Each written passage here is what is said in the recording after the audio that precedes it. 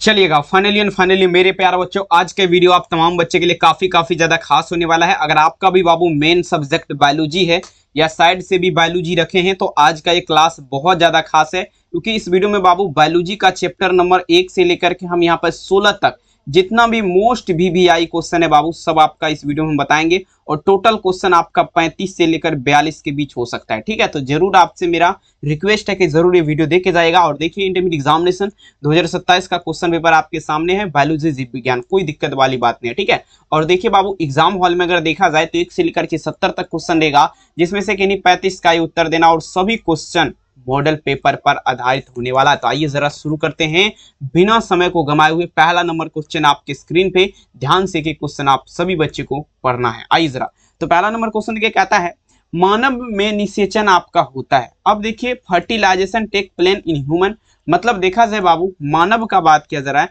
मानव में आपका पूछा जा रहा है निषेचन। ठीक है, मानव में आपका निषेचन कहाँ होता है? तो देखिए मानव में जो आपका निषेचन जो होता है, ठीक है, ये आपका इन दी फेलोपियन ट्यूब, मतलब आपका क्या हुआ, फेलोपियन नलिका में, फेलोपियन नलिका में आपका क्या होता है, निषेचन होता है। याद रखिएगा पहला नंबर क्वेश्चन का आंसर आप लोग क्या लगा सकते हैं, ऑप्शन नंबर यहाँ पर डी हो जाएगा। ठीक है, काफी इंपॉर्टेंट है, पूरा अच्छे तरीके से आप लोग देखिए। ठीक है ना, प्लीज आप लोग शेयर ज्यादा से ज्यादा करिएगा। ठीक है, अब देखिए दूसरा नंबर क्वेश्चन, विलिस्नेरिया के पुष्प आप बता दीजिए आपका क्या है। देख लीजिए 2021 के एग्जाम का प्रश्न है, विलिस्नेरिया का पुष्प का बात किया जा रहा है, फ्लावर और फ्लावर ऑफ विलिस्नेरिया आर डैश का बात किया जा रहा है बाबू, देख लीजिएगा दूसरा नंबर क्वेश्चन। ठीक है, अब देखेंगे विलिस्नेरिया का पुष्प का अगर देखा जाए ना डियर स्टूडेंट, ये आपका क्या है। ठीक है, तो देखिए विलिस्नेरिया जो है ना ये आपका जल परागित पुष्प है। क्या है बाबू, जल परागित है। दूसरा नंबर में आंसर क्या लगाएंगे, ऑप्शन यहाँ पर क्या होगा, सी होगा, जल परागित हो जाएगा। अगला क्वेश्चन देखिएगा, एनाट्रोपस बिजांड आप बता दीजिए आपका क्या होता है। देख लीजिए ये भी क्वेश्चन आपका 2022 के एग्जाम का क्वेश्चन है और काफी बेहतरीन क्वेश्चन है। ठीक है, देख लीजिएगा एनोट्रोपस बिजांड जो है ना, एनोट्रोपस बिजांड कहता है देयर इज ए एनोट्रोपस ओव्यूल का बात किया जा रहा है। तो एनोट्रोपस बिजांड जो है ना ये आपका क्या होता है, उल्टा होता है। क्या होता है, उल्टा होता है। 3 नंबर क्वेश्चन में आंसर क्या लगाएंगे, ऑप्शन यहाँ पर बी हो जाएगा, उल्टा हो जाएगा। अगला क्वेश्चन देखिए बाबू 4 नंबर क्वेश्चन, देखिए पूछा जा रहा है क्या स्तनधारी के शुक्राणु के मध्य भाग में क्या पाया जाता है। काफी इंपोर्टेंट ये भी है। चौथा नंबर क्वेश्चन आप तमाम बच्चों को बेहतरीन तरीके से आंसर देना है। ठीक है ना, अब देखेंगे स्तनधारी के शुक्राणु जो है इसके मध्य भाग में क्या पाया जाता है। तो देखेंगे सिंपल है, ये माइटोकॉन्ड्रिया पाया जाएगा, माइटोकॉन्ड्रिया, जिसे बाबू power house of the cell बोला जाता है। 4 नंबर क्वेश्चन का आंसर क्या होगा, ऑप्शन यहाँ पर सी हो जाएगा, याद रखिएगा। चलेगा, अगला क्वेश्चन देख लीजिए आपके स्क्रीन पे, देखिए पूछा जाए क्या मानव मादा, ठीक है ना, मानव मादा में गर्भकाल है। अब देख लीजिए काफी इंपोर्टेंट ये भी है, यहाँ पर देखा जाए 2017 में ये क्वेश्चन आपका पूछा गया है। ठीक है, मानव, ठीक है, मानव मादा का पूछा जा रहा है, मानव मादा का गर्भकाल। ठीक है, गर्भकाल क्या है, तो देख लीजिए बाबू मानव मादा जो है इसका गर्भकाल का अगर देखा जाए, सिंपल क्वेश्चन है, तो ये आपका गर्भकाल जो होता है ना, समझने का प्रयास करेगा, ये आपका कितना होता है बाबू। तो ये आपका ध्यान दीजिएगा, मानव मादा का गर्भकाल जो होगा ये आपका कितना होगा, यहाँ पर देख लीजिए 9 माह का। ठीक है, याद रखेंगे। 5 में आंसर क्या होगा, ऑप्शन सी। 6 नंबर क्वेश्चन आपके स्क्रीन पे देख लीजिए क्या कह रहा है, यहाँ पर आपका देखेंगे कहता है, देखेंगे मेरे प्यार को ध्यान दीजिएगा, ये क्वेश्चन देखिए काफी गजब का क्वेश्चन है और कई वर्ष परीक्षा में आपका पूछा गया। कहता है जब निषेचन जीव के शरीर के बाहर होता है तो उसे क्या कहते हैं। ठीक है, अब देखिए जीव के शरीर के बाहर किसका बात किया जा रहा है, जीव के शरीर जो है, शरीर के बाहर, ठीक है, कि जब बाहर आपका जो है निषेचन होगा वो आपका क्या कहलाएगा। देखिए शरीर के बाहर जो होता है वो आपका बाह्य निषेचन कहलाता है, और जब शरीर के अंदर होता है तो वो आपका क्या कहलाता है, आंतरिक निषेचन कहलाता है। ठीक है, तो 6 में आप लोग क्या चलेंगे, ए वाला हो जाएगा। अगला क्वेश्चन देखिए कहता है निम्नलिखित में से कौन सी विधि अलैंगिक प्रजनन की विधि नहीं है।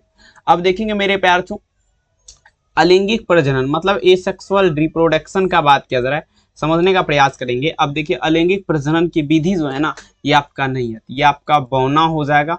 बौना जो है ये आपका लैंगिक प्रजनन की विधि नहीं है। 7 में आंसर क्या होगा, ऑप्शन नंबर यहाँ पर क्या लगाएंगे, सी लगाएंगे। 8वां नंबर क्वेश्चन देख लीजिए क्या कहता है, काजू निम्नलिखित में से कैसा फल कहलाता है। ठीक है, किसका बात किया जा रहा है, ये आपका काजू का।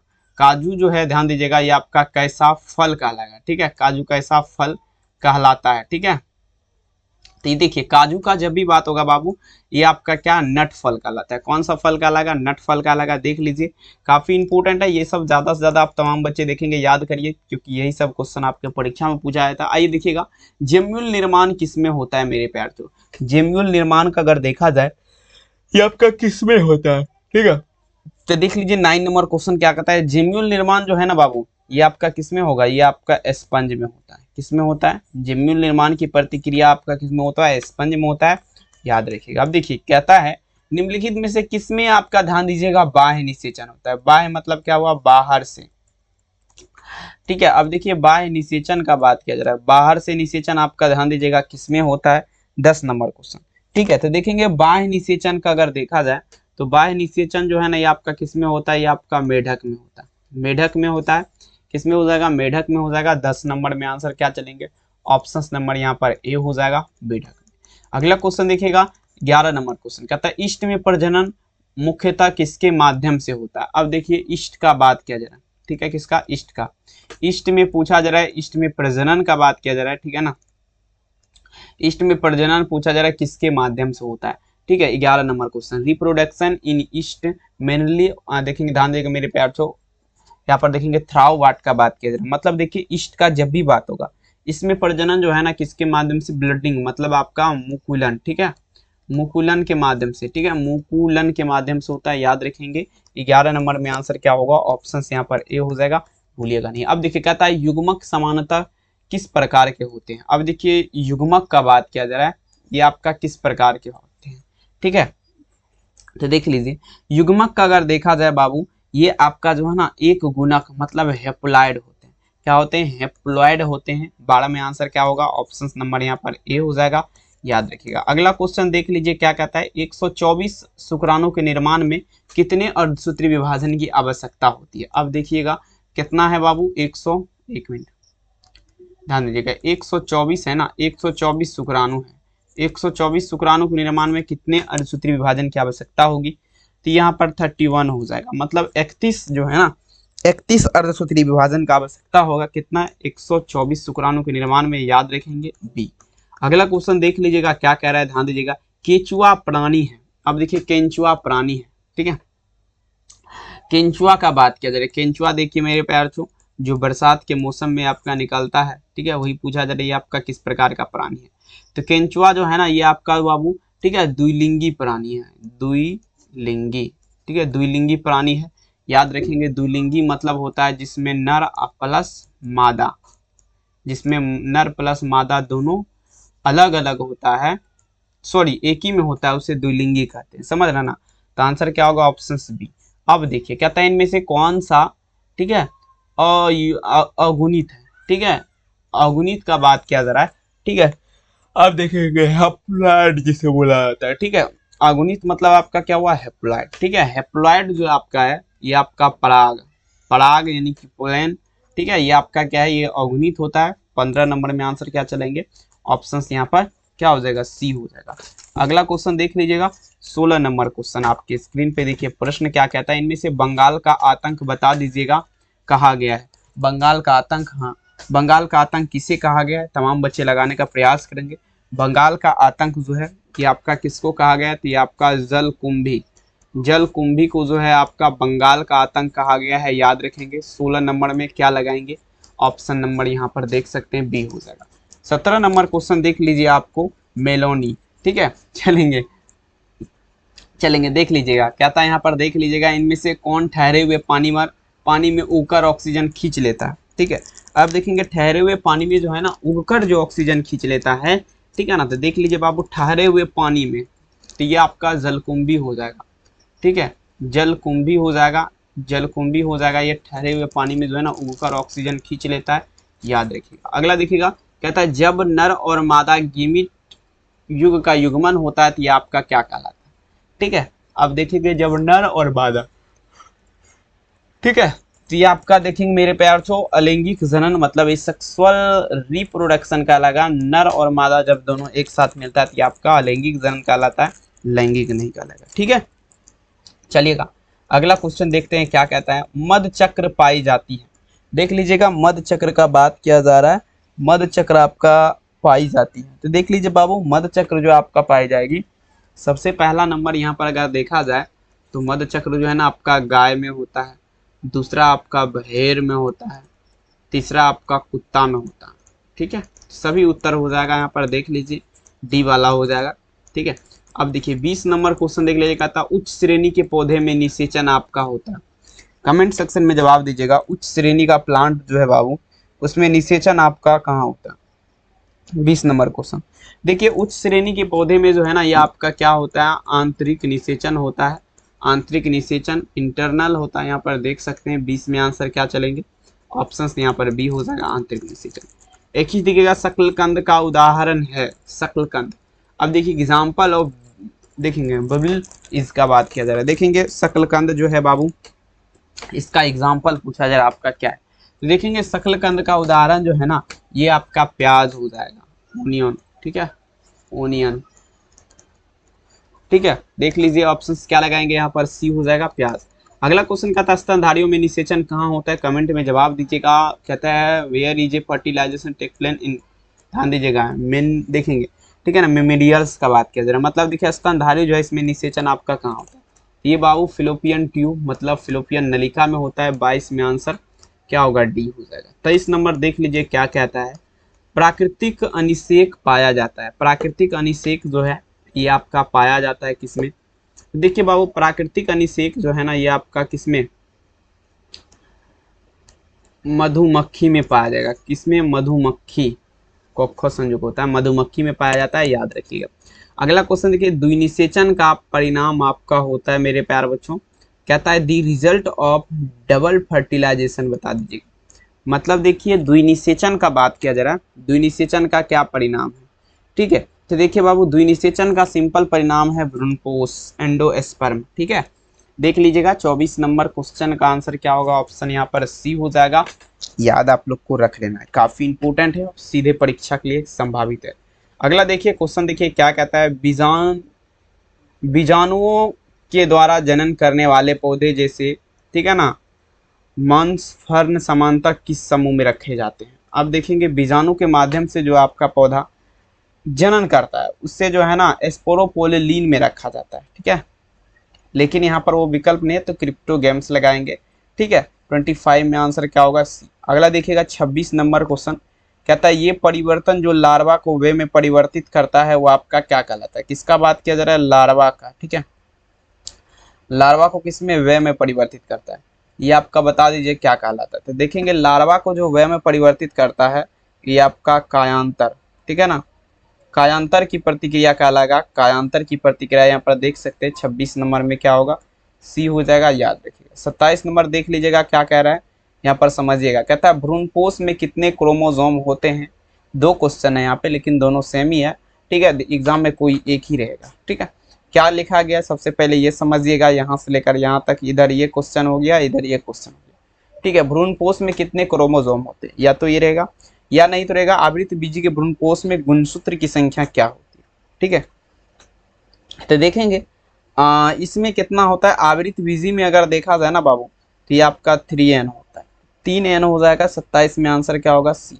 28 देख लीजिए क्या कहता है, यहाँ पर समझिएगा, जब संतति उत्पत्ति एकल जनक के द्वारा होता है तो ये आपका क्या कहलाएगा, एसेक्सुअल रिप्रोडक्शन कहलाएगा, अलैंगिक जनन। ठीक है, इनमें से कौन नर युग्मक के संयोजन के पश्चात भ्रूण बनाता है, कमेंट सेक्शन में जवाब दीजिएगा।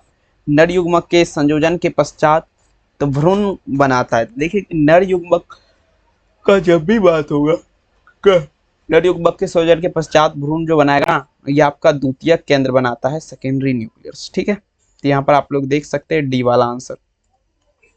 अगला क्वेश्चन कहता है स्तनधारी के शुक्राणु के मध्य भाग में क्या पाया जाएगा, what is found in this central part of, ध्यान दीजिएगा मेरे पैर में देखेंगे। ठीक है ना, मेमिलियर स्पर्म का बात किया जा रहा है, देखेंगे ये माइटोकॉन्ड्रिया पाया जाता है जिसे आपका power house of the cell भी बोला जाता है। 30 नंबर में आंसर क्या चलेंगे, ऑप्शन सी। अगला देख लीजिएगा 31, चमगादड़ द्वारा परागण बता दीजिए आपका क्या कहलाता है। ठीक है, 31 चमगादड़, किसका बात किया जा रहा है, चमगादड़ द्वारा। तो देखेंगे चमगादड़ के माध्यम से जब परागण होता है ना, तो ये आपका प्रतिक्रिया एंटोमोफिली कहलाता है। क्या कहलाता है? एंटोमोफिली कहलाएगा। एंटोमोफिली यहाँ पर देख लीजिए। ठीक है, 31 नंबर में आंसर क्या होगा? Option B entomophily. अगला क्वेश्चन देख लीजिएगा क्या कह रहा है, समझने का प्रयास करेंगे। कहता है जनक समान जीव प्राप्त हो सकता है। देख लीजिए, जनक समान जो है ना बीज प्राप्त हो सकता है किससे? देखिए, जैसे आपका जनक है, सबसे समझिएगा, जनक मतलब जैसे आपका जनक है उसी के जैसा सेम टू सेम जीव, तो ये विखंडन के पश्चात, ठीक है, विखंडन के पश्चात आप लोग लगा सकते हैं। यहाँ पर देख सकते हैं आंसर क्या होगा? ऑप्शन नंबर डी, विखंडन के पश्चात। अगला देखेंगे क्या कहता है, द्विखंडन किसमें पाया जाता है? द्विखंडन किसमें पाया जाता है? कमेंट में जवाब दीजिएगा। 33 नंबर। ठीक है, तो देख लीजिए द्विखंडन का अगर देखा जाए आपका किसमें पाया जाएगा, तो द्विखंडन जो है ना ये अमीबा में हो गया, उसके बाद पैरामीशियम, ये दोनों में आपका पाया जाता है। किसमें? अमीबा और पैरामीशियम दोनों में आपका जो है द्विखंडन पाया जाता है। 33 नंबर में आंसर क्या होगा? ऑप्शन यहाँ पर डी लगाएंगे। ठीक है, चलिए अगला क्वेश्चन देख लीजिएगा। आपके स्क्रीन पे देखिए पूछा है क्या, ईस्ट में प्रजनन किसके द्वारा होता है? ठीक है, सॉरी यार माफी चाहूंगा, देखिए हम कुछ और ही बता दिए। देखिए पूछा जरा क्या, समझिएगा, मुकुलन द्वारा जनन किसमें होता है? इस प्रकार का क्वेश्चन है। ठीक है, तो देख लीजिए मुकुलन द्वारा जो जनन होगा ना, ये आपका किसमें होगा? ईस्ट में, ब्लडिंग, सॉरी, ठीक है ना, एमोबिया जिसे बोला जाता है। 34 में आंसर क्या होगा? Option number A. अगला देख लीजिएगा, नेक्स्ट क्वेश्चन आपके स्क्रीन पे क्या कह रहा है, कहता है देखिए कोनोडिया का निर्माण किसमें होता है? कोनोडिया का निर्माण बता दीजिए आपका किसमें होगा? सभी बच्चे लगा दीजिएगा, कोनोडिया का निर्माण आपका किसमें होता है? तो देखेंगे कोनोडिया का देखेंगे एस्पोरोपाइलोगायरा में, ठीक है ना, कोनोडिया का निर्माण यहाँ पर देख सकते हैं। चलिए 35 नंबर क्वेश्चन क्यों ना हम चेंज कर दें, क्योंकि उस क्वेश्चन में थोड़ा झमेला है। ठीक है, इसीलिए 35 नंबर क्वेश्चन आपको ये बताएंगे। ठीक है, हवा के द्वारा परागित होने वाले फल को क्या कहते हैं? जो फल है जो हवा के माध्यम से परागित होता है, तो ये बाबू हवा मतलब वायु परागित हो जाएगा। 35 में आंसर क्या होगा? बी हो जाएगा। नेक्स्ट क्वेश्चन देख लीजिएगा, जनसंख्या वृद्धि का दुष्परिणाम बता दीजिए आपका क्या होता है? जनसंख्या वृद्धि का दुष्परिणाम देखेंगे। सबसे पहले देखिए जनसंख्या जब बढ़ेगा ना, उसका दुष्परिणाम एक ही है। सबसे पहले क्या होगा? आय में कमी आएगा। आय में कमी, जमीन में कमी, खनिज पदार्थ यानी कि टोटल आपका हो जाएगा all of evolve. Next question देख लीजिएगा क्या कहता है, इनमें से कौन यौन संचारित रोग है? कमेंट में जवाब दीजिएगा। बीच of the sexual terminate disease का बात किया जाए तो यौन संचारित, जो यौन के संबंध से रोग होता है उसे यौन संचारित कहते हैं। एग्जाम्पल के तौर पे अगर देखा जाए तो गोनोरिया, ठीक है, यौन संचारित रोग है। अगला क्वेश्चन देखिएगा क्या कहता है, RU 486 दवा का प्रयोग की जाती है। RU 486 दवा का अगर देखा जाए, ये गर्भपात के कारक के रूप में किया जाता है। किसके रूप में? गर्भपात के कारक के रूप में। ठीक है, 38 नंबर में आंसर क्या होगा? Option C. नेक्स्ट क्वेश्चन देख लीजिएगा क्या कहता है। अब देखिए F2 संतति के बाह्यलक्षणीय अनुपात अपूर्ण प्रभाविता की स्थिति में क्या होगा? अब देखेंगे व्हाट हैप्पीनेस दिस, ध्यान दीजिएगा, मेरे प्यार से ध्यान दीजिएगा, ठीक है ना, फिनोट्रॉफिक रेशियो ऑफ F2, ठीक है ना, प्रोगेनी इस केसेस का बात किया जा रहा है। देखेंगे तो देखिए F2 पीढ़ी में अगर यहाँ पर देख लिया जाए, F2 पीढ़ी में अगर देख लिया जाए 39 नंबर, तो ये 1:2 होता है, मतलब 1/2 यहाँ पर लगा सकते हैं। 39 में आंसर क्या होगा? सी। अगला देख लीजिएगा, कहता है बीजांड विकसित होकर के क्या बनाता है? 40 नंबर में बता दीजिएगा। बीजांड जो है विकसित होकर के, ठीक है, बीजांड तो है ही, लेकिन वो पूरा विकसित होकर के क्या बनाएगा? ये बीज बनाएगा। बीजांड विकसित होकर के क्या बनाएगा? बीज बनाएगा। ठीक है, चलेंगे 40 में आंसर क्या होगा? सी। अगला देख लीजिएगा क्या कहता है, किस फल का बीज चोल खाया जाता है? द सीड विच ऑफ, ध्यान देगा मेरे पैर तो, ठीक है ना, फ्रूट आर इटेन का बात किया जा रहा है। तो देखेंगे बीज चोल जो खाया जाता है, सबसे पहले आपका जायफल हो गया, उसके बाद लीची हो गया, उसके बाद शरीफा हो गया, ठीक है, शरीफा होता है। तो टोटल यहाँ पर हो जाएगा सही, ऑप्शन डी। अगला क्वेश्चन देख लीजिएगा, और युग्मनज आपका क्या है? युग्मनज 42 नंबर थे। देखिए बाबू, युग्मनक जो होता है, जायकोट जिसे बोला जाता है, ये आपका क्या होता है, द्विगुणित कोशिका होता है, द्विगुणित, डिप्लॉयड, हैप्लॉयड नहीं, डिप्लॉयड। ठीक है, 42 नंबर में आंसर क्या होगा, ऑप्शन बी। कैसा लगा क्लास, कमेंट सेक्शन में आप हमें बताइएगा। चैनल पे पहली बार जुड़े हैं, सब्सक्राइब कर लीजिएगा। पीडीएफ के लिए इस नंबर पे संपर्क कर सकते हैं। बहुत बहुत धन्यवाद, नेक्स्ट क्लास में मिलेंगे। थैंक यू, अपना ख्याल जरूर रखिए। बाय बाय, हंसते रहिए, मुस्कुराते रहिए, दिल लगा के पढ़ते रहिए। Thank you.